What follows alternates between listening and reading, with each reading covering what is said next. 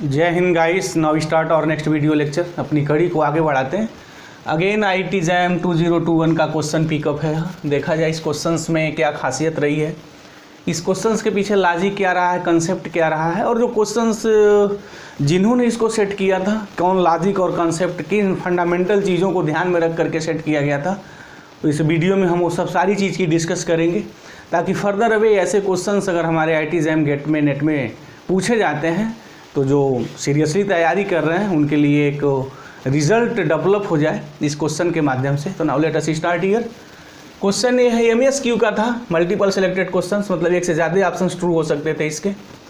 Question ये है कि कंसीडर द इक्वेशन, ये इक्वेशंस लिखा है उसने, इस ईयर और इस ईयर को इसने काउंट करके एक पॉलिनोमियल का इक्वेशंस डेवलप किया गया। देन उसके बाद तुरंत पूछा गया क्या है, all real roots are positive, exactly one real root is negative. कहने का मतलब क्या है कि इस पॉलिनोमियल्स के रूट के बारे में बात की गई है। तो जब भी कोई पॉलिनोमियल्स पे क्वेश्चंस रूट्स पे आता है तो जनरली यहाँ दो चीज़ें बड़े मार्केबल हो जाती हैं। पहली एक डिस्कार्टेड रूल ऑफ द साइन होता है कि डिस्कार्टेड रूल से आप देखिए कितने मैक्सिमम रूट्स हो सकते हैं, पॉजिटिव और नेगेटिव। दूसरी बात है कि यहाँ हमारा इंक्रीजिंग और डिक्रीजिंग का भी कंसेप्ट बड़े धड़ल्ले से यूज होता है। तो वो चीज़ को मैं यहाँ यूज़ करूँगा और दिखाऊँगा कि हम लोग इंक्रीजिंग और डिक्रीजिंग फंक्शंस का जो कैरेक्टर है, जो रिज़ल्ट है, वहाँ कितनी खूबसूरती से यहाँ यूज किया गया है। और थोड़ा हम लोग ग्राफ के बारे में इसकी डिस्कशंस करेंगे क्योंकि उससे बहुत सारी चीज़ें क्लियर हो जाती हैं। चुटकी बजाते ही मैटर फिनिश हो जाता है। ग्राफ के लिए तो ये सब चीज़ें कही जाती हैं।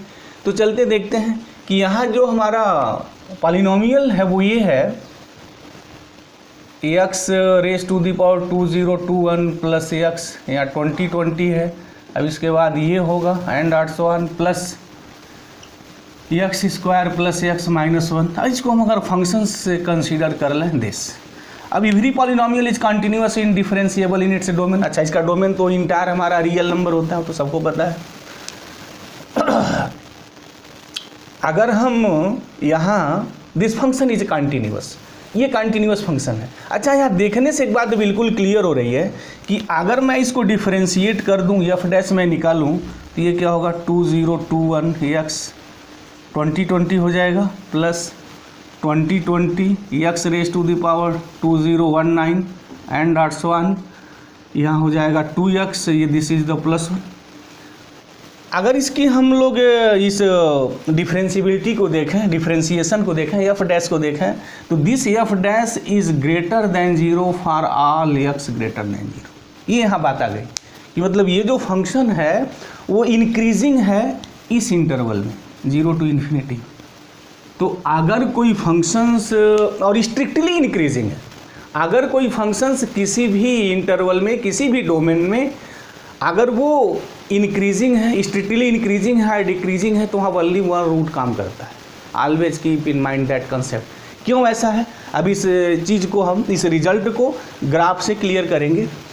अगर मैं इसके ग्राफ की यहाँ बात करूँ, इसका ग्राफ क्या होगा, तो देखा जाए अगर थोड़ा हम इसके ग्राफ की आइडिया की बात करें, 8 डिग्री पॉलिनोमियल है और वैसे भी 8 डिग्री पॉलिनोमियल का एक बड़ा खूबसूरत रिजल्ट होता है कि एटलीस्ट वन रियल रूट, वो भी एक रिजल्ट है। तो 8 डिग्री पॉलिनोमियल है तो एटलीस्ट वन रियल रूट तो होगा। अब यहाँ देखते हैं पॉजिटिव निगेटिव रूट्स की बात की गई है, तो हमारा टोटल फोकस उसी पे है। अब एफ डैश इंक्रीजिंग है, कहाँ से कहाँ तक, 0 टू इन्फिनिटी पे। तो 0 पे देख लें, तो अगर मैं एफ ऑफ 0 की यहाँ बात करूँ तो f of 0 is what, this is the -1। -1 मतलब this is the less than 0। अच्छा, अगर एफ ऑफ 1 की यहाँ बात मैं कर लूँ लगे हाथ, तो 1 + 1 + 1 and 801 +1 -1, definitely this is the greater than 0। अब अगर कोई फंक्शंस कंटिन्यूअस है और किन्हीं दो पॉइंटों पे एक पॉजिटिव है और निगेटिव है, तो एक बड़ा इंपॉर्टेंट रिजल्ट होता है डरबाउस थ्योरम, इंटरमीडिएट वैल्यू प्रॉपर्टीज़ का जो हमारा है, बेसिकली डरबाउस थ्योरम, कि उनके बीच में एक ऐसी वैल्यू एग्जिस्ट करेगी जहाँ पे फंक्शंस की वैल्यू 0 हो जाएगी। मतलब एफ ऑफ 0 पे निगेटिव है और एफ ऑफ 1 पे पॉजिटिव है। तो अगर कोई फंक्शंस कंटिन्यूअस है और किसी एक वैल्यू पे पॉजिटिव देता है और किसी एक वैल्यू पे निगेटिव देता है, तो इन दोनों वैल्यू के बीच में एक वैसी वैल्यू मिलेगी जहाँ पे फंक्शंस की वैल्यू 0 होगी, मतलब वहाँ पे एक रूट एग्जिस्ट करेगा। इससे क्या मतलब हुआ, इससे क्लियर हुआ कि 0 पे फंक्शंस की वैल्यू यहाँ आ गई -1 दिस। और एफ ऑफ 1 पे जो भी वैल्यू आएगी ग्रेटर देन 0, अगर मैं यहाँ 1 इंडिकेट करूँ तो यहाँ कोई फंक्शंस की वैल्यू होगी। अब 0 पे निगेटिव है और 1 पे वो ग्रेटर देन 0 है, पॉजिटिव है, तो 0 और 1 के बीच में एक हमारा रूट एग्जिस्ट करेगा। दूसरी बात यहाँ है कि फंक्शन जो है इंक्रीजिंग है इस 0 to इन्फिनिटी इस इंटरवल में। इंक्रीजिंग का मतलब क्या हुआ कि वो फंक्शंस जैसे जैसे एक्स की वैल्यू बढ़ती जाएगी वैसे वैसे हमारे एफ ऑफ एक्स की वैल्यू बढ़ती जाएगी। अब हम 0 के बाद अगर इस फंक्शंस के ट्रेसिंग की थोड़ी बात करें तो कैसा होगा, इस 0 पे माइनस है और 1 पे पॉजिटिव है, तो इनके बीच में एक ऐसी वैल्यू मिलेगी जहाँ पे फंक्शंस की वैल्यू 0 होगी and this is the root. और रूट की बात जो होगी वो 0 1 के बीच में, तो 0 और 1 के बीच में मतलब क्या हो गया, दिस इज ए पॉजिटिव, मतलब पॉजिटिव रूट होगा। तो यहाँ कहा है कि no real root is positive, तो ऑटोमेटिक कैंसिल हो गया। Using the property of the continuous function and concept of the increasing functions. अब अगर इस फंक्शंस का हम फिगर बनाए हैं तो कैसा होगा, यह कहा गया है कि this function increasing for x greater than 0।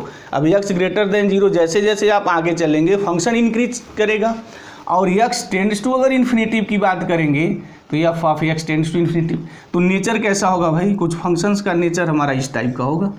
जब एक्स इन्फिनिटिव की ओर टेंड करेगा तो फंक्शंस की वैल्यू इन्फिनिटिव की ओर टेंड कर जाएगी। मतलब हमारा क्या हो गया, अब इसकी दूसरी वैल्यू नहीं मिलेगी, क्योंकि अगर फंक्शन इंक्रीजिंग आर्डर का है तो जैसे जैसे एक्स आप आगे की ओर चलेंगे ना फंक्शन इंक्रीज करेगा। दूसरी वैल्यू मिलने के लिए क्या होना चाहिए, इस फंक्शंस को, इस कर्व को बेंड होना पड़ेगा। और तो बेंड अगर हो गया वहाँ पे, तो बेंड होने का मतलब क्या कि यहाँ की मैक्सिमम वैल्यू मिलेगी। अब मैक्सिमम वैल्यू मिलेगी तो इसका मतलब हो गया कि फंक्शंस का जो नेचर है इंक्रीजिंग और डिक्रीजिंग का वो फेल हो जाएगा। और जब फंक्शंस के इंक्रीजिंग और डिक्रीजिंग का नेचर फेल हो जाता है तो वहाँ पर फंक्शन जो होता है मैक्सिमम और मिनिमम की कंडीशन हमारी एग्जिस्ट करती है। तो अगर कोई फंक्शन स्ट्रिक्टली इंक्रीज कर रहा है और स्ट्रिक्टली डिक्रीज कर रहा है तो इसकी मीनिंग ये होगी कि मैक्सिमम मिनिमम की कंडीशन फिनिश हो जाएगी। जैसे यहाँ स्ट्रिक्टली इंक्रीजिंग है, मतलब जैसे जैसे एक्स की वैल्यू बढ़ेंगे फंक्शन की वैल्यू बढ़ती जाएगी। अब ये नीचे नहीं आएगा, एक्स को कहीं पे नहीं काटेगा, और एक्स को फंक्शन काटेगा नहीं तो उसका रूट मिलना ही नहीं है, तो 0 के बाद कोई रूट नहीं मिलेगा। अच्छा नहीं सॉरी, 0 के बाद केवल 1 रूट मिलेगा और इसके बाद कोई रूट नहीं मिलेगा।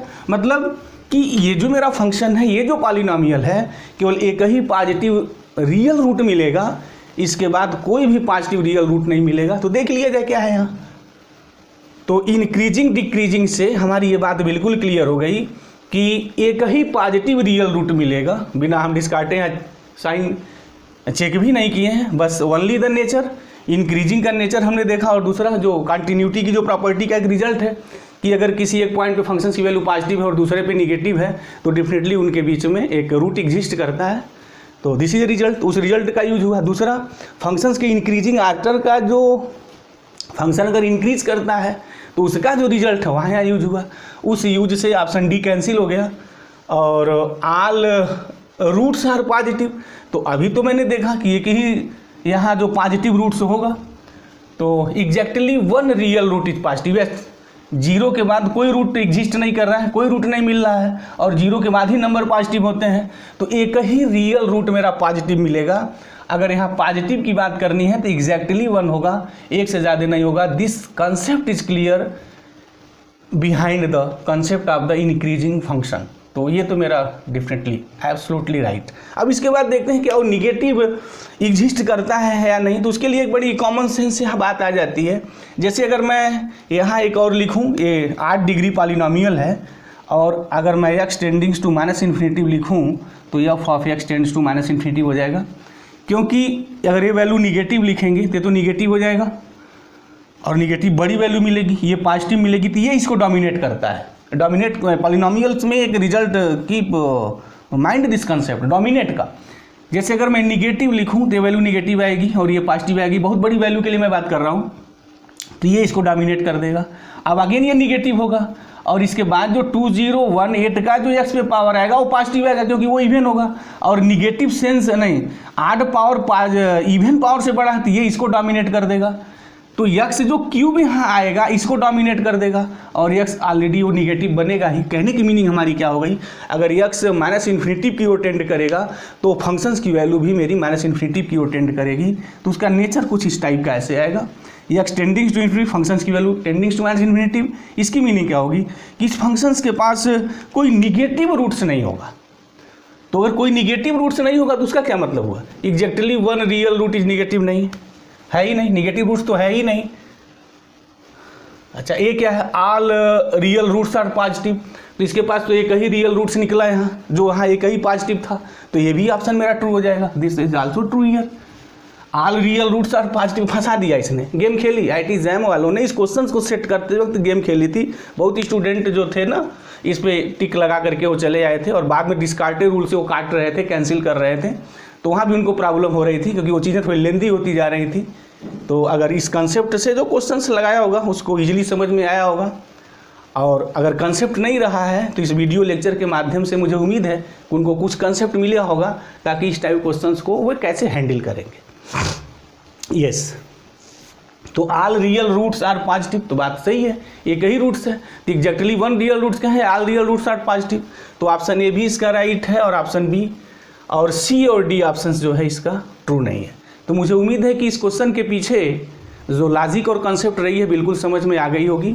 अब ऐसे जब भी कोई क्वेश्चंस बने तो इस टाइप का वो कंसेप्ट अप्लाई करें, डेफिनेटली उनको सॉल्यूशंस मिलना है। तो thank you very much guys, जय हिंद।